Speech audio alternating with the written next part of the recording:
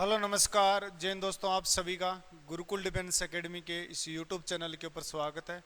आज हम आपके सामने लेकर आए हैं एक नया सा चैप्टर है अनुपात और समानुपात, जिसकी क्लास नंबर होने वाली है 3। अभी तक हमने 2 क्लासें कर ली है। इसकी प्लेलिस्ट में जाकर आप वह क्लासें ज़रूर देख सकते हो। इस पीडीएफ को भी डाउनलोड कर सकते हो टेलीग्राम ग्रुप को ज्वाइन करके। नीचे लिंक डिस्क्रिप्शन में आप सभी को मिल जाएगी। और जितने भी साथी है आर्मी वाले जो अपनी तैयारी को बरकरार रखना चाहते हैं, मेरे साथ में कंटिन्यू हर एक मैथ का सब्जेक्ट में जो सब्जेक्ट में जो टॉपिक है और मेरे साथ में कवर करना चाहते हैं, तो मेरे चैनल को सब्सक्राइब जरूर कर लीजिए और अपने दोस्तों को क्लास शेयर जरूर कीजिए।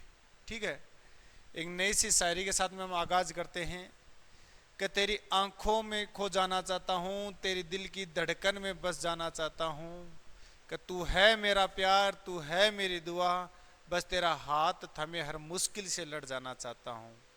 दोस्त, इसी प्रकार आप यदि मैथ का हाथ थमा लोगे तो आप कोई सी भी पेपर हो, कोई सा भी कुछ भी हो एग्ज़ाम, आप उस एग्ज़ाम में अपना 100% अच्छे से कॉन्फिडेंस से करोगे।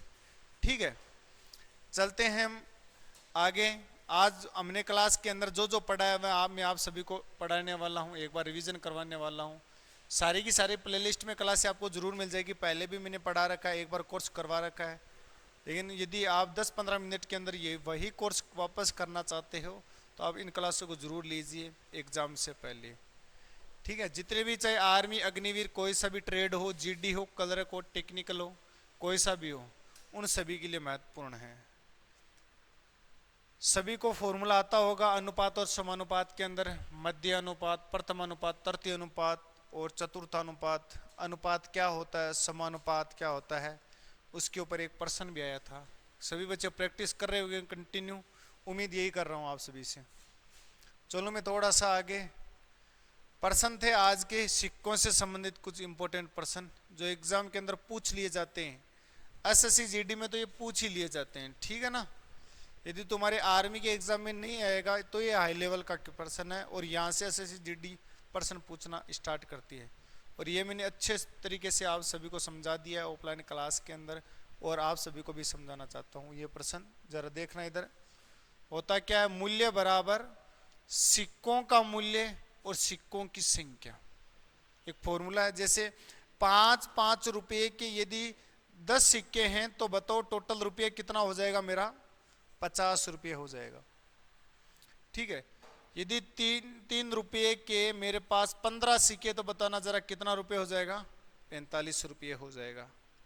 इसका मतलब कितने रुपये का सिक्का है और उसकी कितने कितने सिक्के हैं, उनको गुणा करवा दो तो क्या आ जाएगा, टोटल मूल्य आ जाएगा कि मेरे पास टोटल कितने रुपये हैं, कुल रुपया आपके पास आ जाएगा। यदि मेरे पास 5-5 रुपये के 10 सिक्के हैं तो मेरे पास टोटल कितने रुपये हो जाएंगे, 50 रुपये हो जाएंगे। ठीक है, उसी के ऊपर यह फॉर्मूला है, बहुत ही शानदार है और ऑलमोस्ट सारे क्वेश्चन सिक्कों से संबंधित इसी फॉर्मूले से होंगे। मूल्य बराबर सिक्कों का मूल्य इंटू सिक्कों की संख्या, और ये हो गया सिक्कों का मूल्य हो जाएगा।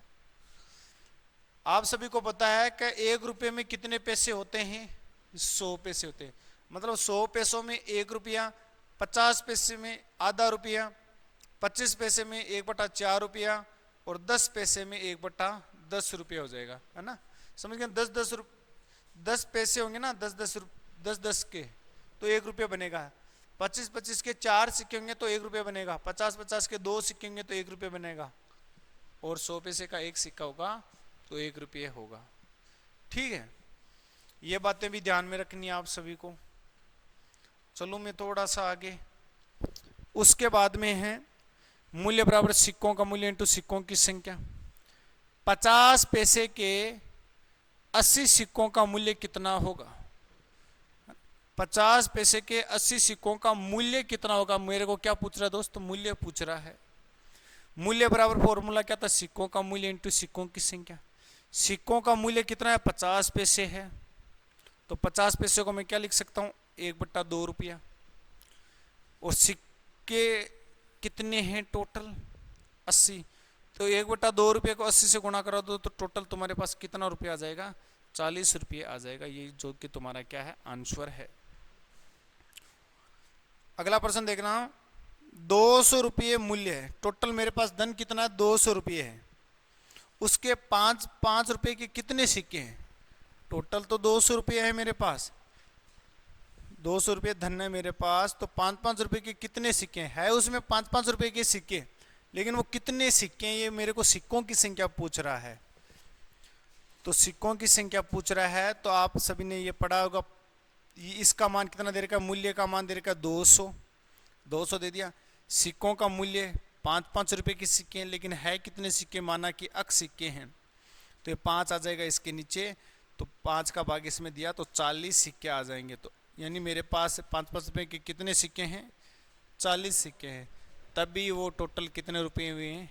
200 रुपये हुए हैं। ठीक है, चलो थोड़ा सा और आगे चलिए। प्रश्न आप सभी के सामने एक छोटा सा, यदि 100 पैसे तथा 50 पैसे के सिक्कों का मूल्य 300 रुपया है, यदि इनके सिक्कों की संख्या का अनुपात 1:4 है, तो बताओ 50 पैसे के सिक्कों की संख्या कितनी होगी? 50 पैसे के सिक्कों की संख्या कितनी होगी? ये हमारे सामने प्रश्न है, बहुत ही शानदार। इसका सभी बच्चे आंसर बताना मेरे को, क्या हो जाएगा आंसर? आपको पता है कि 100 पैसे में कितना रुपया होता है? 1 रुपया। 50 पैसे में कितना रुपया होता है? आधा रुपया। ये चीज लिख ली सबसे पहले। सिक्कों की संख्याओं का अनुपात भी दे रखा है कि 100 पैसे के टोटल कितने सिक्के हैं? 1 सिक्का। और 50 पैसे के टोटल कितने सिक्के? 4 पैसे। इनको आपस में करवाना पड़ेगा गुणा, तभी तो मूल्य आएगा, क्योंकि सिक्कों की मूल्य को सिक्कों की संख्या से गुणा कराओगे तो टोटल आएगा मूल्य। इनको आपस में गुणा, तो 1 को 1 से गुणा करवाया 1, 1/2 को 4 से गुणा कराया 2। इतना समझ गए? टोटल मूल्य मेरे पास कितना है? 300 रुपया। इसमें भाग दिया कितने का? इसमें भाग देना है टोटल मूल्य कितना? 2 और 1, 1 + 2 का। मैंने क्या बोला था कल? ये ऊपर वाला असली मान है, नीचे वाला नकली मान है। जिसका मान चाहिए उसको गुणा करवा दो।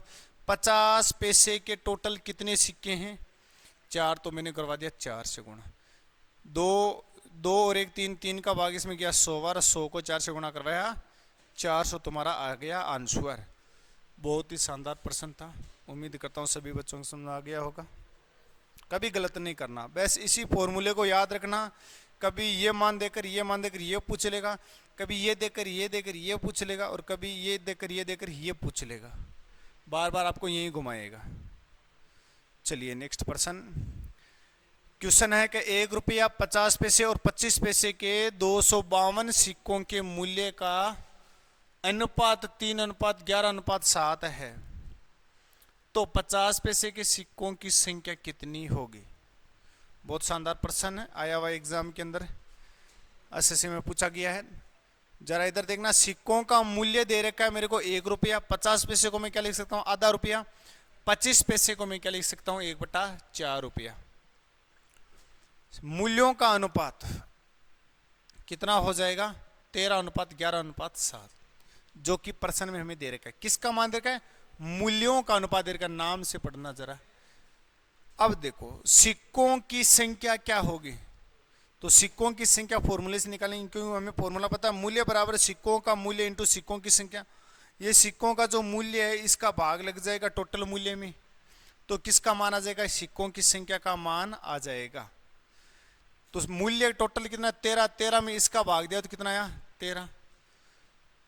50 पैसे के टोटल 11 रुपये हो रहे हैं, तो 11 में 1/2 का भाग दिया तो टोटल कितने सिक्के हो गए? 22 सिक्के हो गए। और ये 7 मूल्य है और 25 पैसे के सिक्के हैं, है ना। तो 7 में 1/4 का भाग दिया तो टोटल सिक्के कितने हो गए? 28 हो गए, जो कि हमने इस फॉर्मूले से किया। बस सभी को फॉर्मूला याद होना चाहिए, आप कर दोगे आसानी से। अब इधर देखो टोटल कितने सिक्के हो रहे हैं मेरे पास 63 सिक्के हो रहे हैं, और प्रश्न में टोटल कितने सिक्के हैं? 252।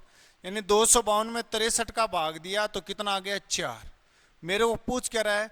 50 पैसे के सिक्कों की संख्या। 50 पैसे की सिक्का तो यही तो था 50 पैसे का, और इसके सिक्कों की संख्या हमने निकाली अभी जस्ट 22 सिक्के हैं, तो 22 से गुणा करवा दिया तो तुम्हारा आंसर आ गया 88 सिक्कों की संख्या। ठीक है, कर देगी इतना। चलिए हम नेक्स्ट क्वेश्चन की ओर। बस ये इसी टाइप का जो भी आपको कहीं भी प्रश्न मिले और इसी फॉर्मूले से करना आपसे हो जाएगा। इतना हार्ड आर्मी में नहीं पूछेगा, लेकिन मान लो पूछ भी ले तो इसी फॉर्मूले से करना सारे के सारे साथी, तुम्हारे से प्रश्न हो जाएगा। ठीक है, बिल्कुल आसान सा प्रश्न आएगा। फिर हमने स्टार्ट किया था आय। आय के कुछ इंपॉर्टेंट क्वेश्चन बनते हैं। या तो बनेगा आपके आय से प्रश्न, या बनेगा आयु से प्रश्न, या बनेगा साझेदारी से प्रश्न, साझेदारी से प्रश्न, या बनेगा मिश्रण से प्रश्न। इन टॉपिकों को हम करने वाले हैं। ठीक है, इनमें से एक प्रश्न आ जाएगा, और अनुपात और समानुपात से भी एक प्रश्न आ जाएगा, यानी 2 प्रश्न तो इससे फिक्स है। तो सारे बच्चे इंटरेस्ट के साथ में पढ़ना, कंटिन्यू रहना क्लास में। ठीक है ना। क्लास की पीडीएफ आपको भी मिल जाएगी टेलीग्राम ग्रुप के ऊपर, और प्लेलिस्ट में सारी की सारी क्लासें मिल जाएगी, देखते रहना बार बार। ठीक है। होता क्या है कि मान लो मेरे पास 1000 रुपये है, 10,000 रुपये, उस 10,000 में से मैंने 4,000 रुपये मान लो खर्च कर दिए, तो मेरे पास कितने रुपये बचेंगे? 6,000 रुपये बचेंगे। सभी को पता है भाई 10,000 में से 4,000 खर्च कर दिया तो कितना रुपये बचा है? 6,000 ही तो बचा है। ठीक है, ऐसा का ऐसा ही एक एग्जाम्पल मैंने किसी लड़के के ऊपर लिया है। लड़के के ऊपर लिया है कि 20,000 रुपये टोटल आय है। 20,000 में से 2,000 रुपये उसने ईंधन में, 1,000 रुपये पत्नी के ऊपर खर्च कर दिया, 5,000 रुपये बच्चों की शिक्षा पर, 1,000 रुपये घरेलू खर्च पर, तो उसने कितने रुपये बचे? 11,000 रुपये बचे। इस प्रकार यानी होता क्या है कि आय में से यदि आप खर्च को निकाल दोगे तो क्या बचेगी? बचत बचेगी। इतना समझ गए ना सारे दोस्त? या अलग अलग फॉर्मूले तो आय में से कभी बचत निकालो तो खर्च बचेगी, मतलब आय किसके बराबर होती है? खर्च वह बचत के बराबर होती है। चलो नेक्स्ट प्रश्न है, यदि सुनील की आय तथा खर्च का अनुपात 5:2 है तो बताओ यदि वह 4,000 रुपये खर्च करता तो उसकी बचत क्या होगी? आय का मान कितना देगा? 5, खर्च कितना देगा? 2। तो बताओ मेरे को, आय में से खर्च निकालेगा तो क्या बचेगी? बचत ही तो बचेगी। बचत कितनी बच गई? 3। इनमें मान कितना दे रखा है? 4,000 रुपये। किसका? खर्च का। और खर्च का मान दे रखा है मेरे को 4,000, जो कि प्रश्न में कितना? 2 का भाग दिया 2,000, बचत पूछ रहे तो 3 से गुणा करवा दिया तो 6,000 तुम्हारा आंसर आ जाएगा। अगला प्रश्न देखना, एक छोटा सा प्रश्न और है ऐसा का ऐसा ही। यदि ए तथा बी की आय का अनुपात 3:4 है, यदि वह दोनों हजार रुपये बचाते हैं तो बताओ उनके खर्च का अनुपात 2:3 है, तो ए की आय क्या होगी? बहुत ही शानदार प्रश्न है, एग्जाम में पूछा गया प्रश्न है। ठीक है, ए तथा बी की आय का अनुपात दे रखा है 3x और 4x है। दोनों हजार रुपये बचा रहे हैं, तो बताओ आय में से बचत को घटा देंगे तो क्या बचेगा? खर्च। ये खर्च है। फिर क्या करना? हमेशा ऐसी जगह तिरछा गुणा करवा दे रहा। ठीक है, तिरछा से गुणा करवा देना।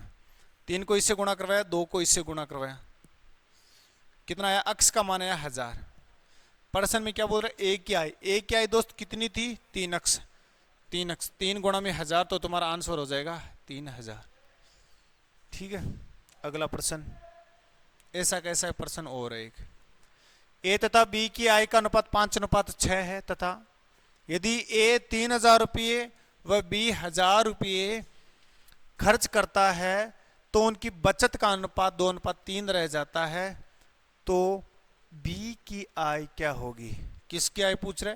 बी की आय पूछ रहे। बहुत ही शानदार प्रश्न है, कंफ्यूज मत होना। ए तथा बी की आय का अनुपात देख लो, 5x व 6x है। मैंने मानना कि इसकी आय कितनी है? 5x, और इसकी आय कितनी है? 6x है। ए उसमें से 3,000 रुपये बचा रहा है तथा बी उसमें से 1,000 रुपये बचा रहा है, तो उसके बाद में जो खर्च बचा लिया, देखो आय में से यदि खर्च किया, आय में से यदि खर्चा निकाल देंगे तो क्या बचेगी? बचत। उसने 3,000 रुपये का खर्चा किया और इसने 1,000 रुपये का खर्चा किया, तो बचत क्या आ जाएगी? 2:3 में रह जाएगी। ऐसा करने के बाद हम तिरछा गुणा करवा देते हैं। इससे हमें x का मान निकालना पड़ेगा। x का मान हमारे पास आया कितना? 7,000/3। ये x का मान आया 7,000/3, यहां से निकाल लिया। अब देखो मेरे को क्या पूछ रहा है? बी की आय। बी की आय क्या है? बी की आय देखो तो 6x है, 6x। तो 6 अक्स का मान कितना है 7,000/3, 3 से कितने बार कटा 2 बार, 7 14, यानी 14,000 रुपये क्या है उसकी, किसकी आय है, बी की आय है। ये हो जाएगा तुम्हारे से प्रश्न, इतना शानदार प्रश्न था। ठीक है, ऑलमोस्ट सभी बच्चों का ये प्रश्न राइट भी हुआ था, इतने इंटेलिजेंट बच्चे भी हैं, और उम्मीद करता हूँ सभी के समझ में भी आया होगा। और फिर जो भी बच्चा हुआ हम कल की क्लास में करेंगे। रोजाना की भांति मैं 5% आप सभी को गृह कार्य के लिए देता हूँ, तो आप सभी बच्चे इनका आंसर बताना। ठीक है, 5% आप सभी के सामने रोजाना की भांति, इसको जरा सोल्व करके मुझे कमेंट बॉक्स के अंदर इनका आंसर बताना क्या हो जाएगा। पहला प्रश्न है ए बी का 2/3 गुना है तथा बी सी का 3/4 गुना है, तो ए अनुपात बी अनुपात सी का मान ज्ञात करो। दूसरा प्रश्न है ए बी व सी का मान दे रखा है 1/3, 1/4, 1/5, तो ए अनुपात बी अनुपात सी का मान ज्ञात करो। समझ गए ना, नीचे वाले का एलसीएम लेके करना है। ठीक है, यदि श्याम की बचत दे रखी है तो आय बताओ, ए तथा बी की आय दे रखी है तो ए की आय बताओ, और इसका चतुर्थानुपात क्या होगा, ये आप सभी को ज्ञात करना है। उम्मीद करता हूँ सभी बच्चों को आज की क्लास पसंद आई होगी। कमेंट करना जरूर बताना इन प्रश्नों का आंसर देकर, और अपने दोस्तों को ये क्लास जरूर शेयर करना, जितने भी साथी है, चाहे army, GD, clerk, technical, tradesman, कोई भी ट्रेड हो, उन सभी को ये क्लास जरूर शेयर करना। पीडीएफ को डाउनलोड कर सकते हो टेलीग्राम ग्रुप से, नीचे लिंक डिस्क्रिप्शन में आप सभी को जरूर मिल जाएगी वहाँ पर। ठीक है दोस्तों, मैं मिलता हूँ कल इसी चैनल के ऊपर, तब तक जय हिंद, जय भारत।